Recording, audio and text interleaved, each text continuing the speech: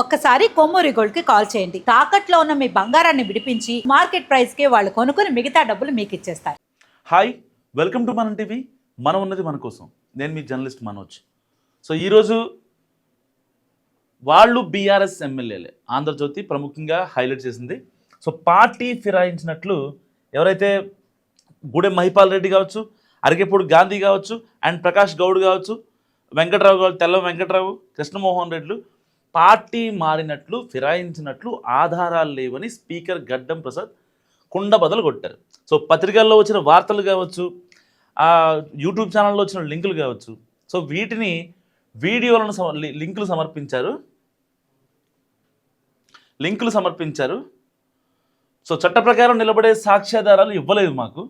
ఎమ్మెల్యేలు బీఆర్ఎస్ సభ్యత్వాన్ని స్వచ్ఛందంగా వదులుకున్నట్లేనని పిటిషనర్లు ఆరోపించినారు.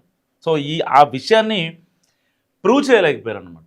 శాసనసభ స్పీకర్ స్పష్టం చేశారు, అనర్హత పిటిషన్లన్నింటినీ కొట్టివేశారు. సో మహిపాల్ రెడ్డి, గాంధీ, ప్రకాష్ గౌడ్, తెల్లం వెంకట్రావు వీళ్ళ ఐదుగురికి కూడా ఓరడు వచ్చినట్టు కనిపిస్తూ ఉంది. సో ఇవాళ కూడా మరో ముగ్గురు ఎమ్మెల్యేలపై వాళ్ళపై పెట్టిన అనర్హత పిటిషన్లపై కూడా ఇవాళ తీర్పు వచ్చే అవకాశం కనిపిస్తుంది. స్పీకర్ తీర్పుని ఖండిస్తున్నామని చెప్పి ఇటు బీఆర్ఎస్ వాళ్ళు గగ్గోలు పెడుతున్నారు. సో సరే, ఇప్పుడు కేటీఆర్ అయినా హరీష్ రావు అయినా మొదటి నుంచి కూడా వాళ్ళని ఎలాగోలా ఇబ్బంది పెట్టాలి, సో మాకు సంబంధం లేకుండా మారారు, మా బీఫామ్ మీద గెలిచి వేరే చోట్ల కాంగ్రెస్ తరఫున పోటీ చేసిన వాళ్ళు ఉన్నారు, వాళ్ళ ప్రచారాలకి వెళ్ళిన కీలక నేతలు లైక్ కడియం శ్రీహర్ లాంటి వాళ్ళు ఉన్నారు, పార్టీ మారి ఎంపీగా పోటీ చేసిన దానం నాగేంద్ర ఉన్నారు. సో ఇంతమంది కళ్ళెదుటే వాళ్ళ పార్టీకి అన్యాయం చేస్తుంటే కేటీఆర్ హరీష్ రావు నిజంగా తట్టుకోలేకపోయారు. దానికి చేశారు కానీ న్యాయ పోరాటం సుఖం లేకుండా పోయింది. ఆబ్వియస్లీ రేవంత్ రెడ్డి అనుకున్నదే ఒక రకంగా జరిగిందని చెప్పుకోవాలి. ఇది ఆఫ్ ద రికార్డు, కానీ మీకు డైరెక్ట్గా చెప్పేస్తున్నా. సో ఇంకొక వార్త ఏంటంటే కాంగ్రెస్ కమాల్ పంచాయతీ ఎన్నికల్లో 3 దశల్లో కలిపి 7,090 సీట్లతో అగ్రస్థానంలో ఉంది అధికార కాంగ్రెస్ పార్టీ. అందుకే కాంగ్రెస్ కమాల్ అని చెప్పి ఆంధ్రజ్యోతి హైలైట్ చేసింది. సో కాంగ్రెస్ కమాల్ విషయానికి వస్తే తుది విడతలను పైచేయి సగానికి పైగా సీట్లు, స్వతంత్రుల్లో 80% పైగా కాంగ్రెస్ రెబల్సే. ప్రమాణ స్వీకారం నాటికి వారంతా సొంత గూటికి చేరతారని రేవంత్ రెడ్డి గారు అంచనా వేస్తున్నారట. బేసిక్గా 3 దశల్లో 7,093 మంది అధికార పార్టీకి సర్పంచులుగా ఉన్నారు. దాదాపుగా 3,277 సంథింగ్ బీఆర్ఎస్ పార్టీకి ఉన్నారు. బీజేపీకి 1,800 ఉన్నాయి. కానీ స్వతంత్రులు ఎవరైతే రెబల్స్గా ఈ రిజర్వేషన్లు కావచ్చు, లేకపోతే ఇంకొక కాన్సిక్వెన్సీ కావచ్చు, ఆ రప్చర్లు క్రియేట్ చేయలేక గ్రౌండ్లో వాళ్ళు రెబల్స్గా దిగారు. రెబల్స్గా దిగిన వాళ్ళు ఎన్ఆర్ఐలు కావచ్చు, ఇక్కడున్న పారిశ్రామికవేత్తలు కావచ్చు, ఊళ్ళో చిన్న చితిక వ్యాపారాలు చేసిన వాళ్ళు కావచ్చు, వాళ్ళు రెబల్స్గా దిగి నెక్స్ట్ లెవెల్ ఆట ఆడారు. ఒక ఎమ్మెల్యే ఎన్నిక ఎలా జరుగుద్దో, ఒక ఉప ఎన్నిక ఎలా జరుగుద్దో ఊళ్ళో అంత రసవత్ర పోరు జరిగింది.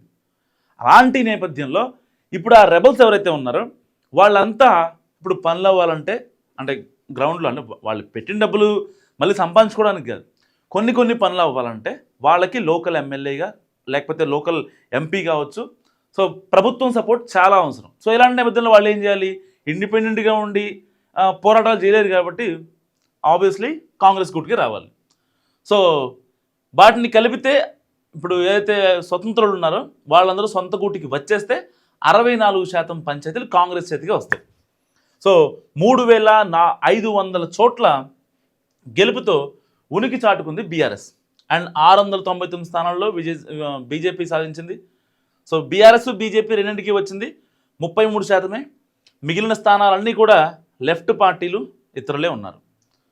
సో మొత్తం మీద కాంగ్రెస్ కమాల్ అనేది చాలా ఒక స్ట్రాటజికల్గా ఎలక్షనీరింగ్ చాలా గట్టిగా చేశారని చెప్పుకోవచ్చు రేవంత్ రెడ్డి గారు. పార్టీ వైజ్గా గెలిచిన పంచాయతీలు ఇది ఆల్రెడీ మనం డిస్కస్ చేసుకున్నాం. So Congress 7,093, BRS 3,488, BJP 699, CPI 79, CPM 75, ఇండిపెండెంట్లు 1,264. 1,264 మొత్తం దీనికి యాడ్ అవుద్ది, గుర్తుపెట్టుకోండి. అండ్ ఇంకొక వార్త ఏంటంటే జనవరిలోనే మున్సిపల్ ఎన్నికలు, పంచాయతీ ఫలితాలతో జోష్లో ఉన్న కాంగ్రెస్ పట్టణాలను పట్టుచాటుకునే యోచన.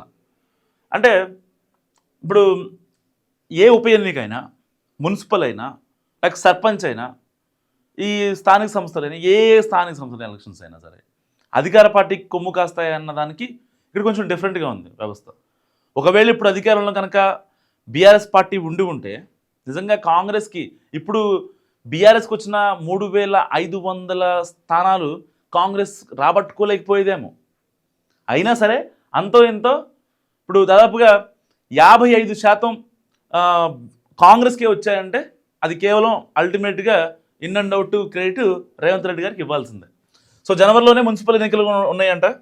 సో ఎట్టి పరిస్థితుల్లో ఆ యుద్ధానికి కూడా మేము సన్నద్ధం అంటున్నారు అధికార పార్టీ నేతలు.